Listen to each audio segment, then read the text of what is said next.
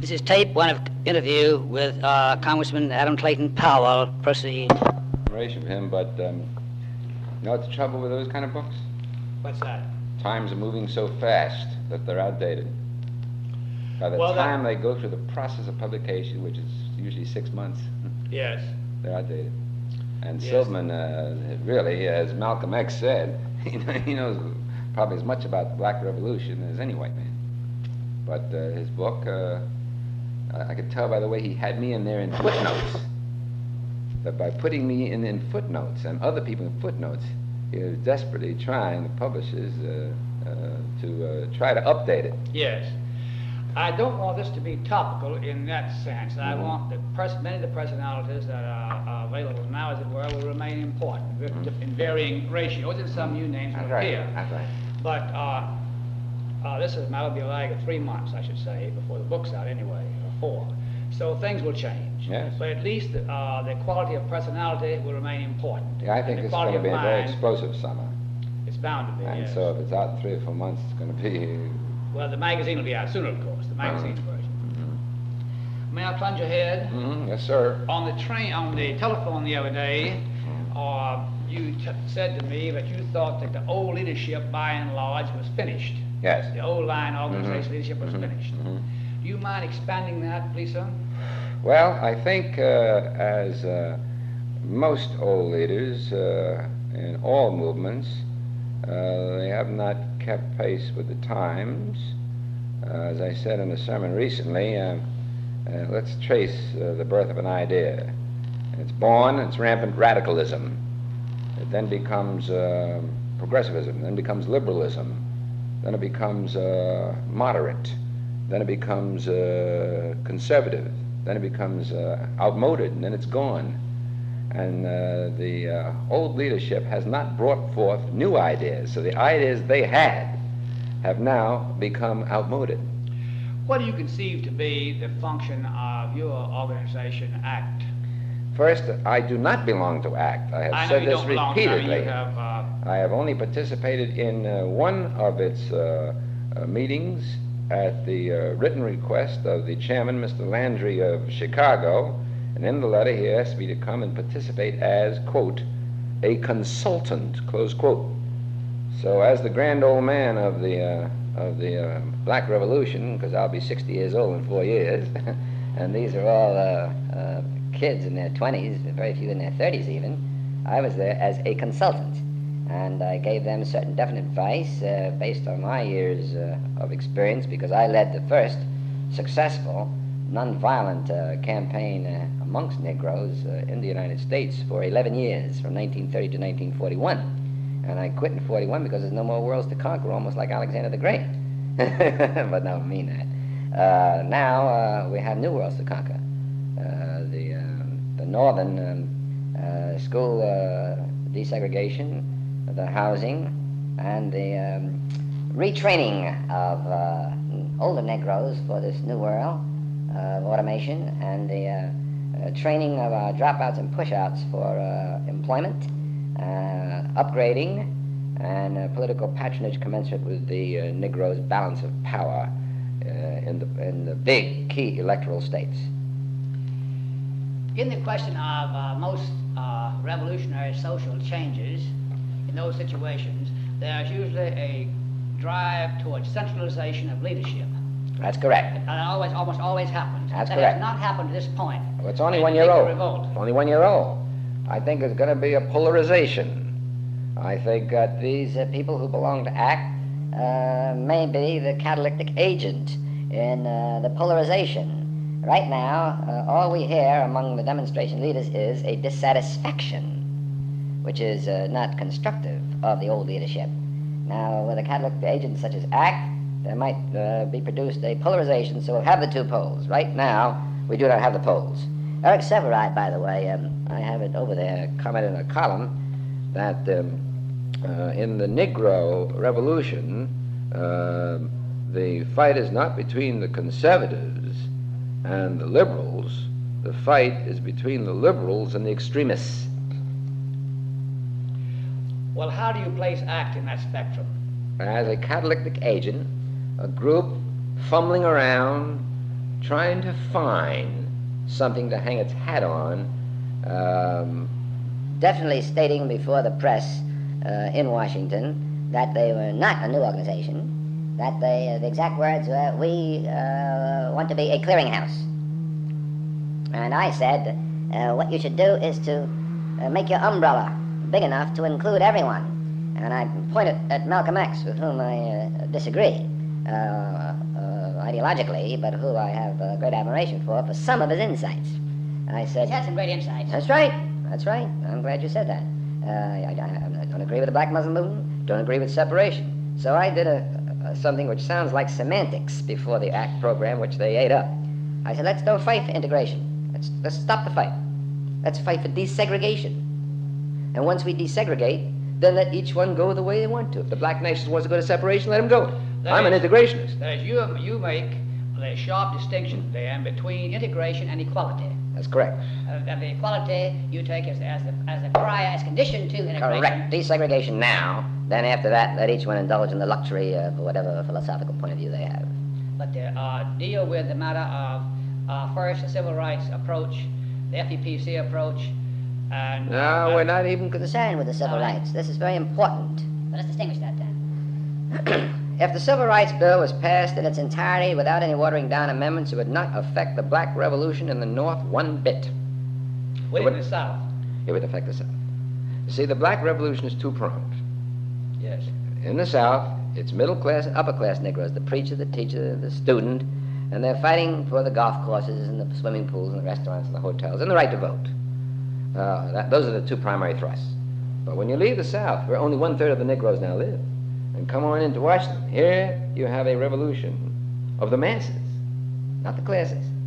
And that's the revolution around the country. And that revolution is interested in the schools, housing, and jobs. And the Civil Rights Bill will not help that at all. It would not, clearly, in a direct way. No. But it would create a climate. Yes. It would create a climate. Climate's important. Yeah, climate's important. One more question about this distinction between leadership and mass in the big northern cities. This distinction leads to speculations as to how leadership can control. What's the relations of leadership to that kind of a mass-based movement of mass dissatisfaction? There is no leadership, the old line nor the new, that can control the masses. One of the shocking statistics is that if you take the so-called Big Six of the civil rights organizations, NAACP, Urban League, Martin Luther King, all that group, they don't have but 900,000 members. So you got, and many of those are white. So you have 19 million black people who are uncommitted by loyalty to the civil rights movement. What is the problem with leadership then? You have this vast mass of people, many of them deprived and dissatisfied and angry. What's the problem with leadership there? All right, the problem with leadership is as follows. I have had here in Washington 2 summit meetings. They were not recorded by the press, although least of the press. Here, I think, is the quickest way to get into the heart of the masses. And if I wasn't so extremely busy with this tremendous committee I have, which handles 40% of the domestic legislation of the United States, I would really do it. I asked the Bureau of Census to give me the names of national organizations that were black-led, black membership, black-financed, and they gave them to me. They gave me the Masons, the Elks, the Oddfellows, the Knights of Pythias, the doctors, the lawyers, the National Association of Colored Women's Club, by Negroes, which 10,000. Now, of course, there are many duplications. The church, for instance, the Baptist Church, the AME Church, these have not yet been brought into the Black Revolution on a organizational basis, and that's where your mass is. So, if someone could ever form a council of Negro organizations, they'd be getting right into the heart of the black masses. This was tried by A. Philip Randolph years ago in Chicago. Yes, I remember that. And he founded the National Negro Congress. Yes, I remember that. And the commies took that over. Two things stem from that situation, as you've described it. One is that we know there's no social change without power involved. There's no social change without some power. Let's take that topic for the moment. What is the nature of the threat of this power. Power means a threat. What is the nature of this power and the nature of the threat it mounts? Threat to whom? The white man? To the status quo. Status quo, okay. Whatever that is. All right. As I said in my speech at Harvard Friday and at Indiana University last Monday, the white man is afraid today. He's afraid because all of the instruments of containment, of containing the Negro in his second-class status, he had a cartel. He monopolized these. Cut it off just a minute. Yeah. All right, sir. Now, he had a cartel, a monopoly of all the instruments of containment. The National Guard, the police force, the dogs, the tear gas, the electric cattle prods, and the numerical superiority of 10 to 1. All of a sudden, Birmingham exploded, and the demonstrations began all over the country. And these are demonstrations based on the power of nonviolence. And you cannot stop nonviolence with violence. So the white power structure now stands aghast, wondering what to do in the face of these kids rolling out in the streets. These people marching with nothing but "we shall overcome someday." That is, the technique of nonviolence you take as a decisive factor in Negro power. The day the Negro changes from nonviolence to violence, he is finished, and the Black Revolution has to start all over again in some future date. Now, there are some Negroes in responsible positions, even connected organizations, that profess nonviolence, which speak, if not on the platform, and some on the platform, of brinksmanship of violence. Yes. The threat of violence as the uncontained thing which we would give you the responsibility of containing. Even sometimes suggested that a little provocation wouldn't do any harm. Now, I know the faculty, the person who's a member of one of these big meetings, told me that another member of that meeting had a memorandum: we have got to get hurt on this. We've got to get some blood, or we are lost on this particular demonstration. I totally disagree. Totally and completely. Now, may I pause for a minute? All right, thank you. Well, back to our topic of leadership and the centralization of leadership. It's always true, apparently, that any competition for power or competition for policy, you find the process of overreaching entering very soon. One person promises more, offers more radical and more radical solutions. This conforms entirely to the expectations as well as to personal strategies. But this carries its dangers. How much danger of that do you see now? I don't see any danger of that at all, except in the ranks of those self-proclaimed leaders who are trying to move up the ladder by virtue of these promises because they have no other method of moving up the ladder. How did you respond to the Reverend Galamason's now well-advertised statement, the schools could be wrecked if not conforming to the timetable of integration? The schools could be wrecked? Should be. The public schools be destroyed if necessary if they don't conform to his timetable of integration. Well, I don't subscribe to that no more than I subscribe to the white segregationists destroying the public school system rather than obey the Supreme Court decision. They're parallel. They're exactly parallel. In these matters of overreach, now, what about the stalling? That is an overreach, clearly. Yeah, it's an overreach, but I was in favor of the stall end, not knowing anything about the techniques nor the organization whatsoever, because to me, any form of demonstration that's nonviolence necessarily quickens the thinking of people in the power structure. Now, here's what I'm getting at. In terms of nonviolent demonstrations, is there a distinction between the legitimate and the illegitimate? That is, those with different kinds of social reference. That is, the stalled ambulance and the stalled fire engine is one thing. Picketing or sitting in. No, I don't think there's any difference. I see no difference. No, I say any form of nonviolence has its effect. Violence has an effect too, of course. Yes, but I don't believe in it because I don't believe in violence totally, not just as a Negro. I just don't believe that violence has ever accomplished anything. You're a historian, and you know that better than I do, that the war and violence does not accomplish any satisfactory solution, such as our Civil War, our World Wars, making the world safer democracy, and so forth. So I'm against violence, period. Well, what about demonstrations that are directed at specific targets and those that are merely expressions of dissatisfaction or anger. Still nonviolent. Yeah, I believe in demonstrations directed at specific targets. Because whenever you have demonstrations of just bitterness and resentment and frustration with no goal in sight, then you're on the edge of something could turn into violence. Well, this then is the distinction between the stolen has no objective.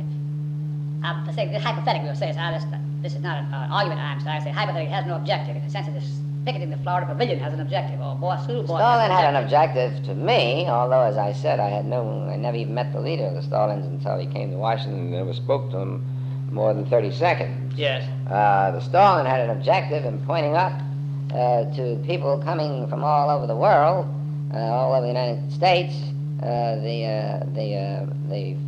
lily white policy of the World's Fair itself. Second, the segregation discrimination policies in the building of it. Third, for instance, the African Pavilion at the World's Fair was built entirely by white labor. No Negro worked on that at all. In a city where there are 1,200,000 Negroes and 800,000 Puerto Ricans. Yes.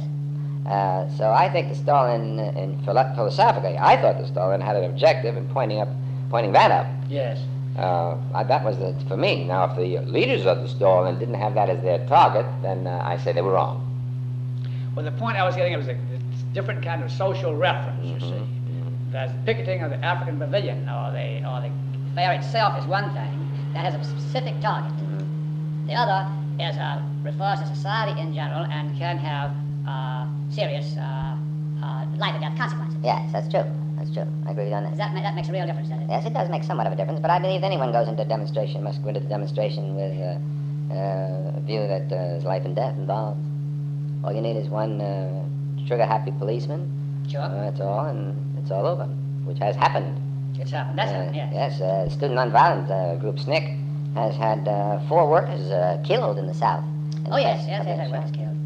That's a question of the demonstrator himself taking his risk. That's right. Not the risk of the innocent person in an ambulance being whirled away to the hospital and being stopped on the road. That's a very different kind of risk. Yes, that's true, too. Yeah. I agree with you on that. Cutting back to something else, or to something else, how much apathy is there still in a place like Birmingham or a place like Harlem? Well, I can't speak for Birmingham. All I can speak for is Harlem. I would say that the apathy in Harlem was massive until the Birmingham explosion. And now it has recovered from its lethargy and indifference because they thought they were so well off. We'd made all these gains back in the 30s and early 40s.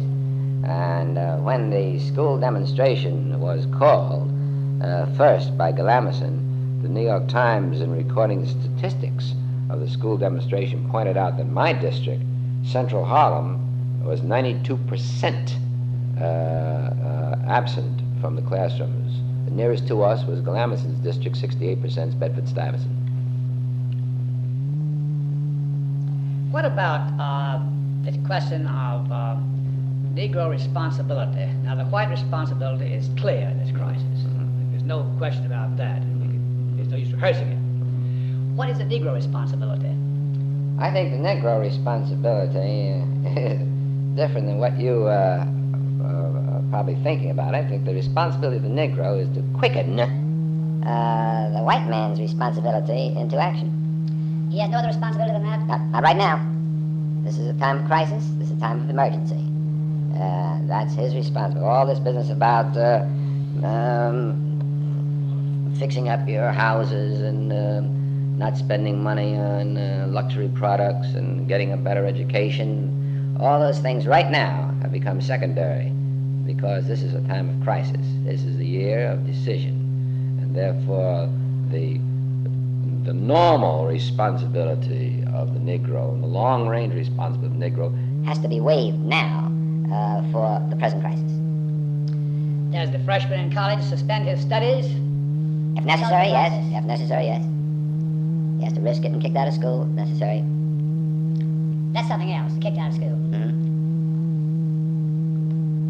Everybody's got to take a risk, a chance, for now. For instance, I was thinking of Dr. King's speech in Bridgeport a few weeks ago, which after his ordinary aggressive line, you see. This that would have to be put there before what I'm going to say, otherwise it sounds different. Yes. He winds up, you see, with the not cast down your buckets where you are, but where you see, if you are, you know, the street sweeper, sweep that street. If you are the nuclear physicist, do that job. That way associated has a responsibility. Responsibilities must be waived in the face of the immediate crisis. Well, suppose we have passed the immediate crisis. Suppose we have what we assume is the proper direction and at a speed that would be acceptable. Then we come back to the responsibilities that are the normal responsibilities of any group of people in the world. That doesn't seem like an arbitrary distinction to you? No, sir. What do you mean? There's another idea that floats around among sociologists that segregation gives you the advantage of the disadvantage. There are people who profit from the disadvantage of segregation. Oh, yeah, surely, yes. But that advantage, if you travel through Negro communities, is not of such a significant nature that it should stand in the way. Just a few people here and there profit from it, the Negro Insurance Company, although the white insurance companies are now using actuarial tables to give Negroes the same as whites. The Negro Undertaker, although one of our biggest undertakers in New York is a white firm, Walter Cook, burying Negroes. The Negro Doctor, anyone who will practice in the ghetto, where the ghetto is Italian, Jewish, Sutton Place, all these are ghettos. The ghetto in me is merely a place where a group of people live who basically are the same race. I don't consider a ghetto necessarily a place of slums. I consider Sutton Place a ghetto. You mean a gilded ghetto? That's right. So anyone that practices in those areas is bound to succeed in those areas, succeeds by compulsion. But the advantages of segregation for the Negro are rapidly fading. That includes the church as well. They're fading without reference to the social revolution. That's correct. They're fading because of the fact that the white people are beginning to open up their doors of business and employment, and there's no more place. Well, it's one of the threats to the whole American society. The chain stores wiping out the small businessman, white as well as black. That's what's happening in Harlem.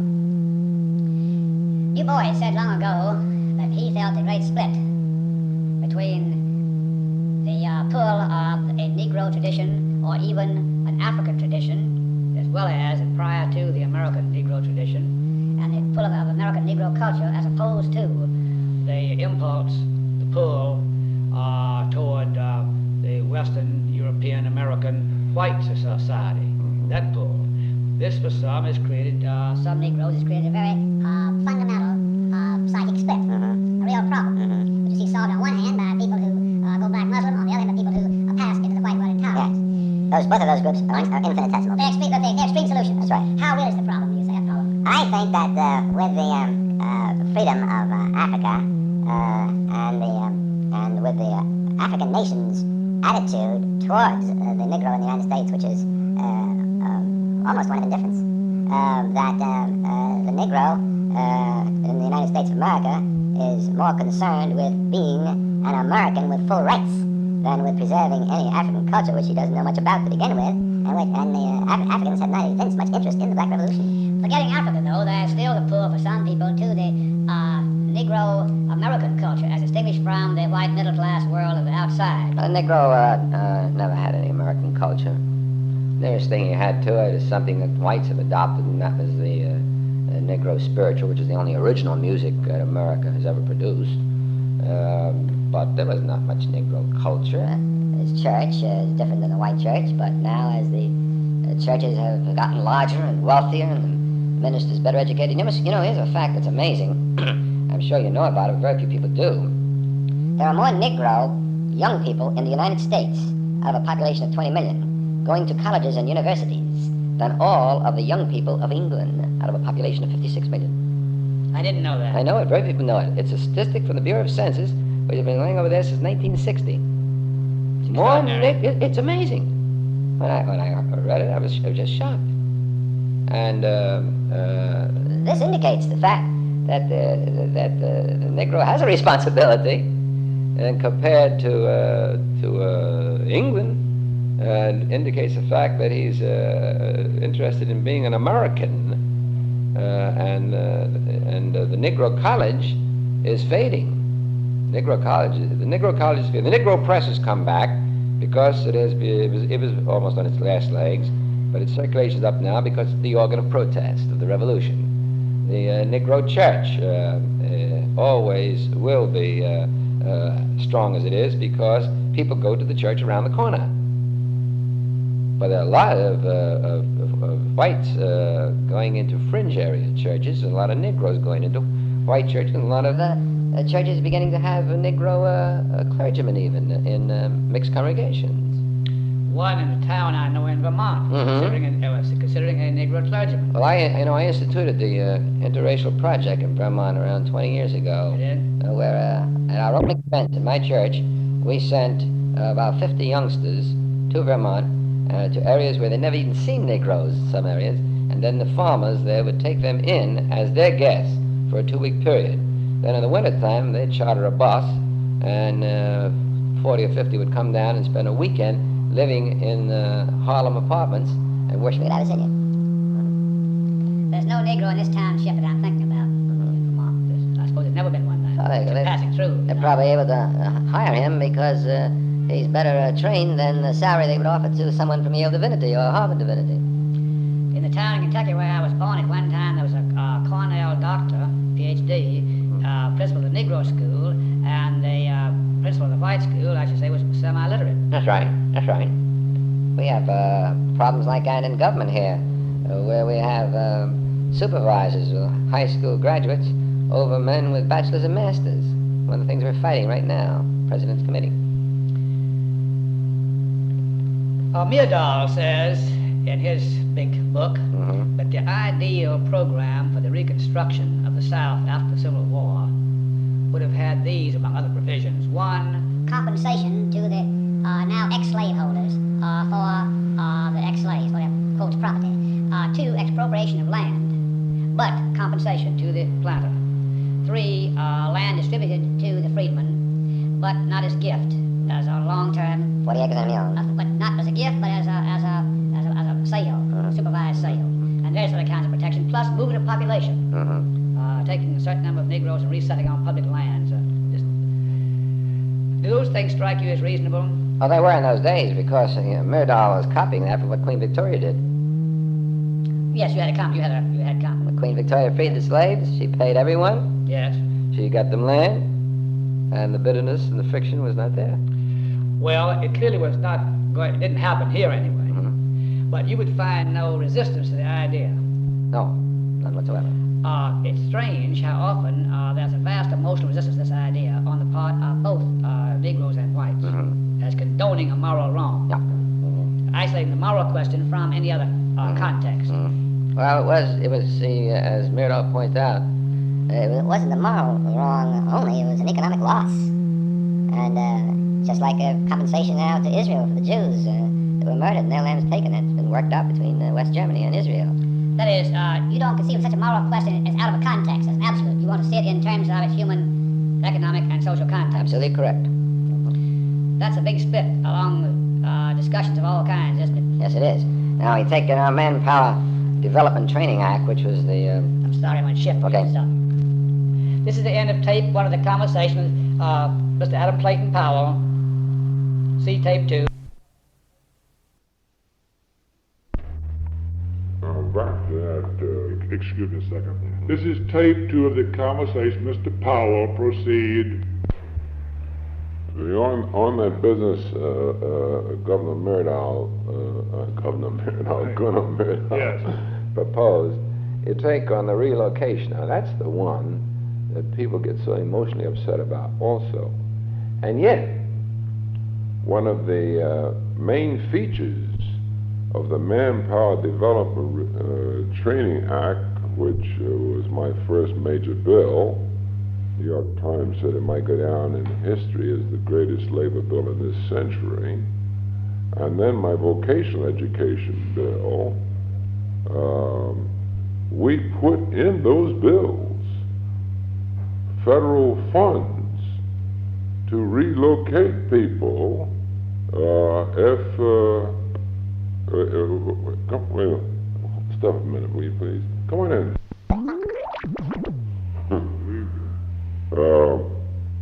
You take the manpower retraining bill. There we have federal funds available to move workers and their families to other areas of the United States if they so desire, and to retrain them in those areas for job vacancies in those areas. So there again, I point out that the emotional business of the relocation of people immediately after slavery is unfounded. I don't believe now in the relocation of Negroes as proposed by some of the Southern senators, because that's just a gimmick. That's clearly a gimmick. That's clearly a gimmick. Yeah. The Brattleboro papers are gassed because they said they wouldn't be happy in Vermont, though. Yes, figure that one out, you know. Well, I can recall when I married Hazel Scott, the Chief Justice of the Supreme Court of Vermont rented me his lakeside chalet for my honeymoon, and the neighbors of the Chief Justice threatened that if I did come for my honeymoon, that they would have my water supply cut off. This is not so many years ago either. Yeah, my son is 17 at MIT, so it'd be about Yes. 17 and a half, 18 years ago. Well, it hasn't changed entirely, I can assure you. No, I don't think anything will ever change entirely. In Vermont. The theory that equality in legal terms and all basic social arrangements Does not mean intermarriage necessarily. It means the Absolutely possibility not. of it. It does not mean integration automatically, but it means probably, at least for a long time, an increasing of the centric forces that draw groups together. Mm-hmm. Does this theory work for you? Oh, yes. The problem with the marriage is ridiculous because that's something you can't stop. White girl is to marry a Negro boy, or a Negro girl is to marry a white boy. You just can't stop it. And it's not widespread. You certainly can't legislate it. No, you can't legislate it. So it has nothing to do. I think Gunnar Myrdal pointed this out. This is the last thing Negroes wanted in his 10 points. That was pointed out long ago by Mr. Frazier, too, and right. by others. What about quotas? We were touching on that a moment ago without actually getting at it. How do you feel about the whole problem? I'm against quotas, but I'm in favor of preferential hiring as an emergency measure only until a norm is reached. And I base this not just on my feeling, but I base it on something that I did. In 40 or 41, I led the nonviolent picket campaign against the bus company of New York because it wouldn't employ Negroes except as maintenance workers, cleaners. And in 12 days, I halted the buses in New York. And as a result, we had a tri-party agreement legally drawn up between Mike Quill of the transport workers, McCarthy, president of the bus company, and myself representing the Negro consumer. And in that, we agreed that the bus company would hire 2 Negroes for every white until a reasonable amount had been hired. From that moment, which is over 20 years ago, to this moment, I have had not one single complaint from a Negro in the company or applying to the company. And today, Mike Quill has 10,000 Negro union members of the Transport Workers Union, and that is proof positive that preferential hiring does work and has worked, but purely as an emergency measure. But quotas, no. Preferential hiring at a certain level of competence. Oh, yes, oh, yes, yes. In other words, when 2 people appear and both equal, hire the Negro. until you've got a reasonable number in your plant. Reference to Quill reminded me of this notion. How does the Teamsters Union stand on the matter of race? In the locals that do not deal with cross-country hauling, very good. In the locals that deal with cross-country hauling, no good, because of the simple fact that a Negro Teamster pushing a truck across the country can't get accommodations. Simple as that. It's not prejudice. It's a matter of can't get accommodations. It's outside the Teamsters Union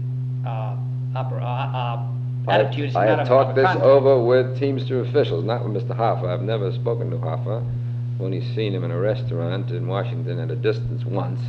But I've talked it over with other people, and this is their problem. That's why they're so much in favor of the Civil Rights Bill. What do you think of Hoffa?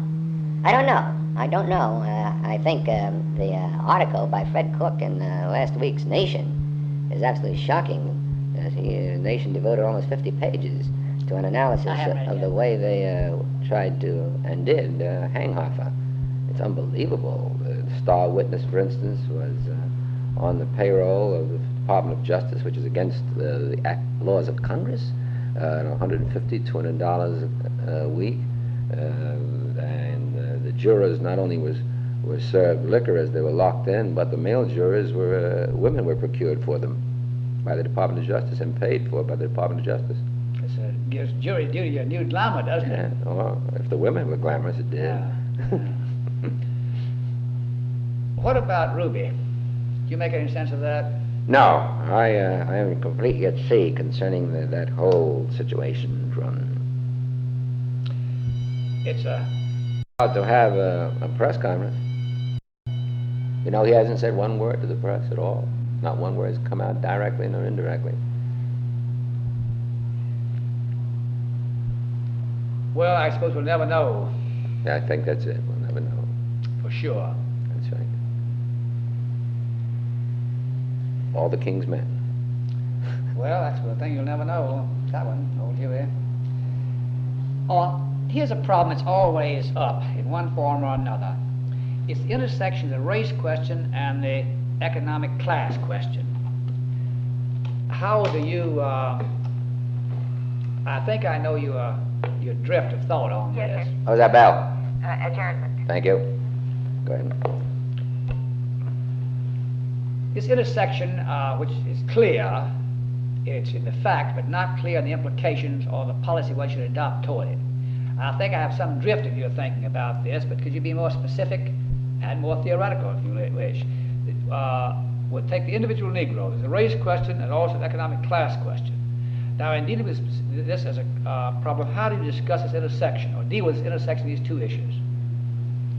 Now, many Negroes now, and many white people now, think of the thing as purely a matter of race, and think of integration as a panacea, a perfect medicine, you see, for all things.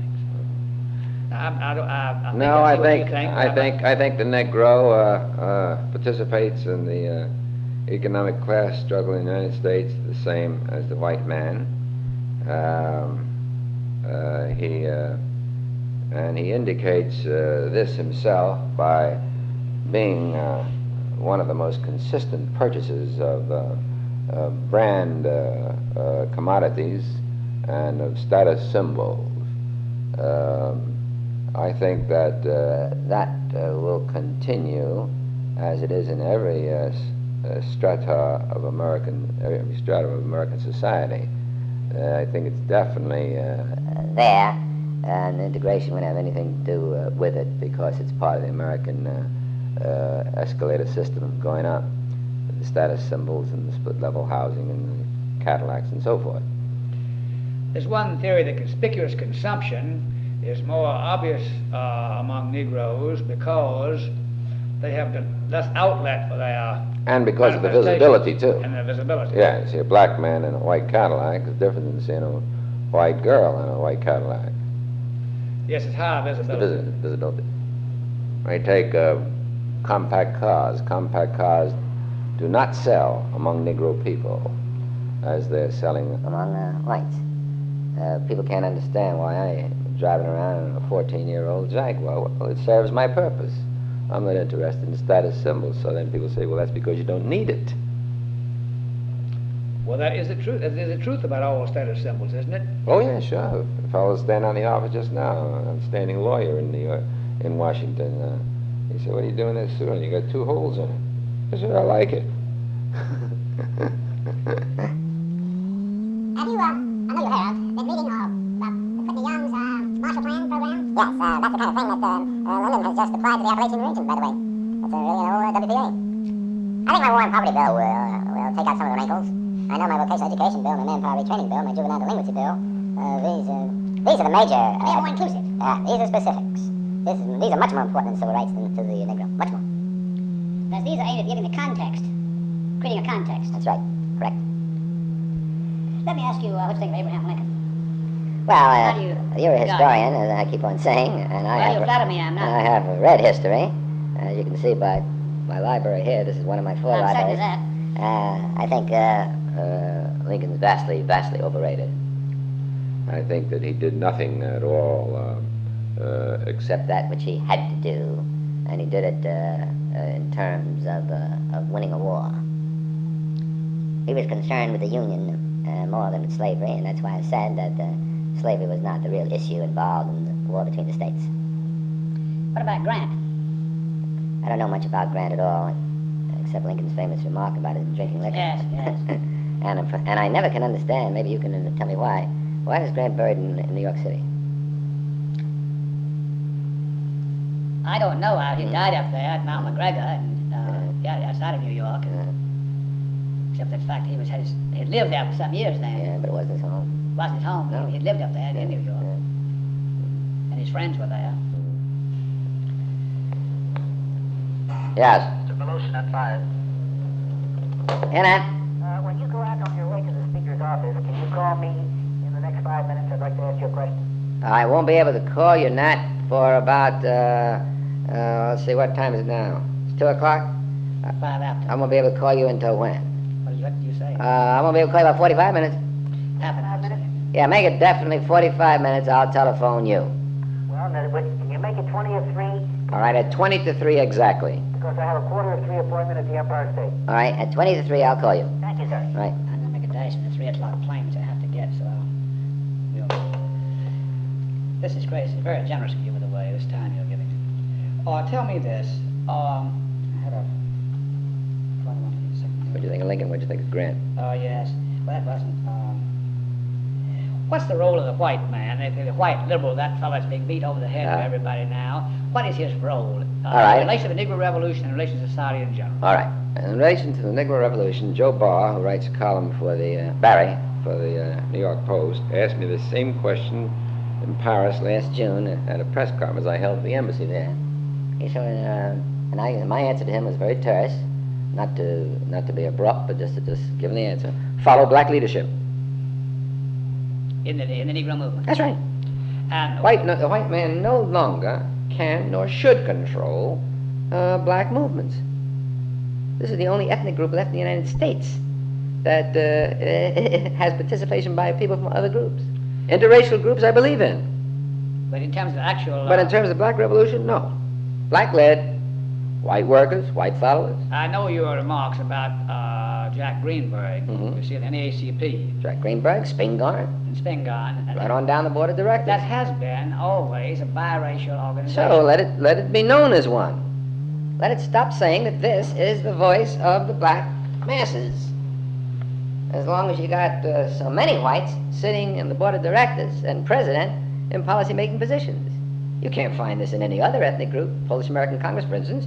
Polish American Congress wrote me the other day, Asked me if I'd make remarks on the floor of Congress and on the anniversary of Poland's being taken over by Russia. I, as a Negro, will make those remarks, but no Negro serves in the Polish American Congress. Federation Italian Society, Loyal Sons of St. Patrick, B'nai B'rith, so forth and so on. but it's time for the Negroes, 100 years of adolescence, to have their own black organization, with white liberals supporting in every way. Working on the staff, too. Now, what is the white liberal's role in society outside of this question now? To advance the entire cause of liberalism. As With Negro liberals, I don't think there should be any such thing anymore as a white liberal. Just liberals. I think that's where we have taken the word liberal and decimated its thrust, its power, its value by saying white liberals and Negro liberals. No such thing. Well, the phrase white liberal stems from the Negro side of the fence, usually. Yeah, that's correct. That's correct. It's used The as a Negro is sneer. calling a white man a white liberal now when he wants to lead or be in the power structure of the black revolution. If he is a white man and he's a liberal in labor, housing, anything else, the Negro doesn't call him a white liberal. Only Only when he wants to put his foot in the door of the policy making of the black revolution. What about the whole liberal movement in America now? Aside from the question. Oh, of I think the it's. revolution. I think it was almost finished, and it's just trying to come back. But beginning with McCarthy and during the Eisenhower period, this nation had a blanket of mediocrity. It became a cult. Like Samuel Hoffenstein once wrote years ago, come wheel, come woe, my status is quo. It's a beauty.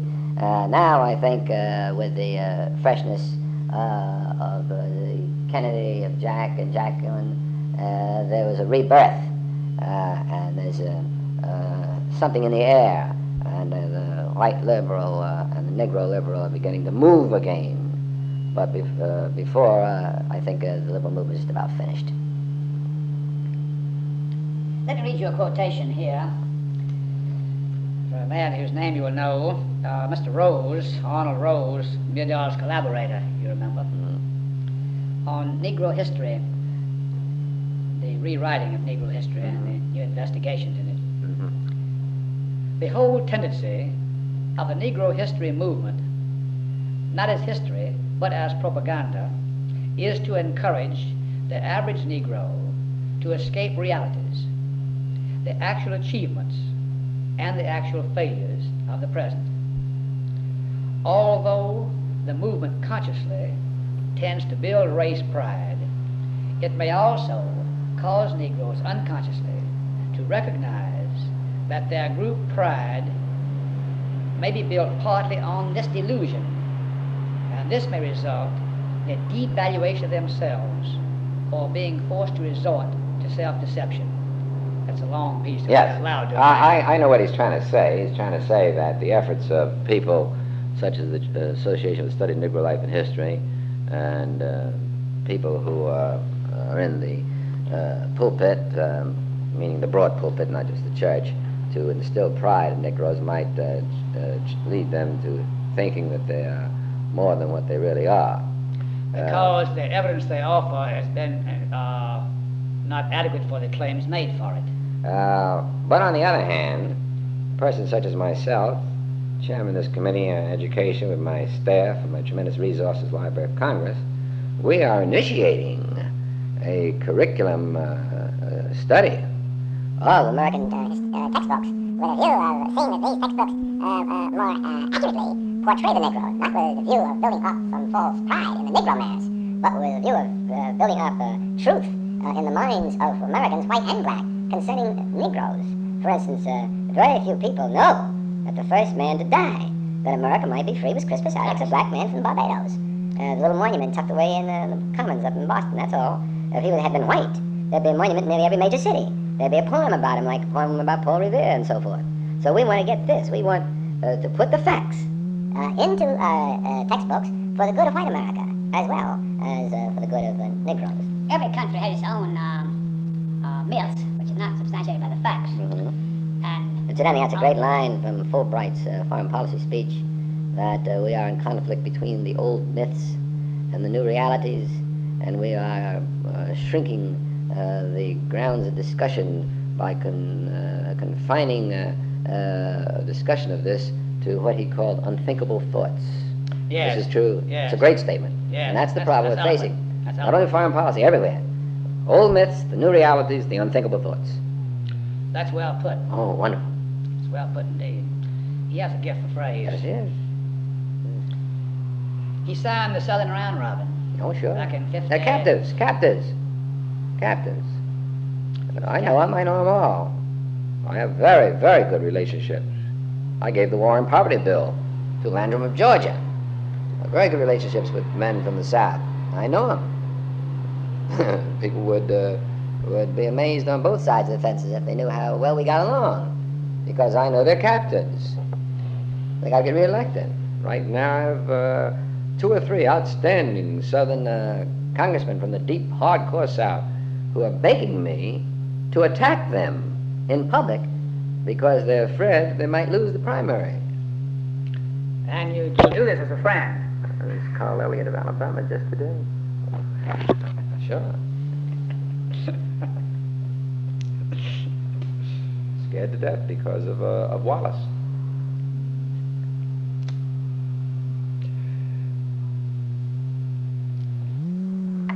There's a line taken by James Baldwin and some other Negroes of prominence that the real aim, one aim anyway, and we would say the ultimate aim of the Negro Revolution is a moral regeneration of America. Correct. That's my view. My view changed at the Bandung Conference. Until the Bandung Conference, I believed that everything that I had done in picketing in New York for 11 years, in being the first Negro in the New York City Council, in authoring or co-authoring every single civil rights bill in the Congress. I wrote the first FEPC. 20 years ago, it was my FEPC bill. I authored the Powell Amendment on the withholding of funds, which is in the FEPC bill. All of this was for the good of Negroes. But when I came back from the Bandung Conference, April 19th, 1955, I said, no, this now is a fight to save America. The question of civil rights, the question of all these demonstrations, is not to help the Negro. This is to save the United States. Moral regeneration, yes, moral regeneration before the eyes of the world. And this is a question that's asked me when I go to important international conferences. I will be the chairman of the congressional delegation to the ILO Convention in Geneva. Again, this year I've been there now 3 years in a row. Not just Black Africa, but white Europe asked me, how can we take the United States seriously on its position as being the leader of the free world when they have the picture of this Negro woman down the street with 2 policemen on top of her? This is the moral region. Baldwin is correct. This is no longer the Negro's fight. And the sooner the white man realizes, if it's not too late, the better. How widely is it realized, do you think? It's not. Right. It's realized very, very definitely and desperately by people in top positions of power. But when you get down into the counties and the backwash of America and the rural areas and even in the cities, it's not realized. Lyndon Johnson made Carl Rowan head of the United States Information Service. In his own words, he said, I want a black man to be disseminating our propaganda. He's just taken another Negro friend of mine, Carter, who's Assistant Secretary of State, and known for this coming Friday, tomorrow, he will be made the Deputy Chief of Protocol of the United States. Why? Because the people who are coming here now are dark. They're coming from Asia, Africa, Latin America, islands of the seas. Now, how much is this old story of the Negro leader, in quotes, you see, in politics, in the arts, in business, and anything else? As soon as he's dealing with the white world, he loses something with the Negro world. This old suspicion of the sellout, the implied sellout. Does that still subsist? Yes, very definitely. And unfortunately, it's proven repeatedly. When we had the demonstrations in New York City on the Glamoson, I was the only elected Negro official that supported it. And the Negro press, the Amsterdam News, just castigated editorially week after week. The assemblymen, city councilmen, state senators, so forth. Another problem is that Negro leaders don't live with Negroes.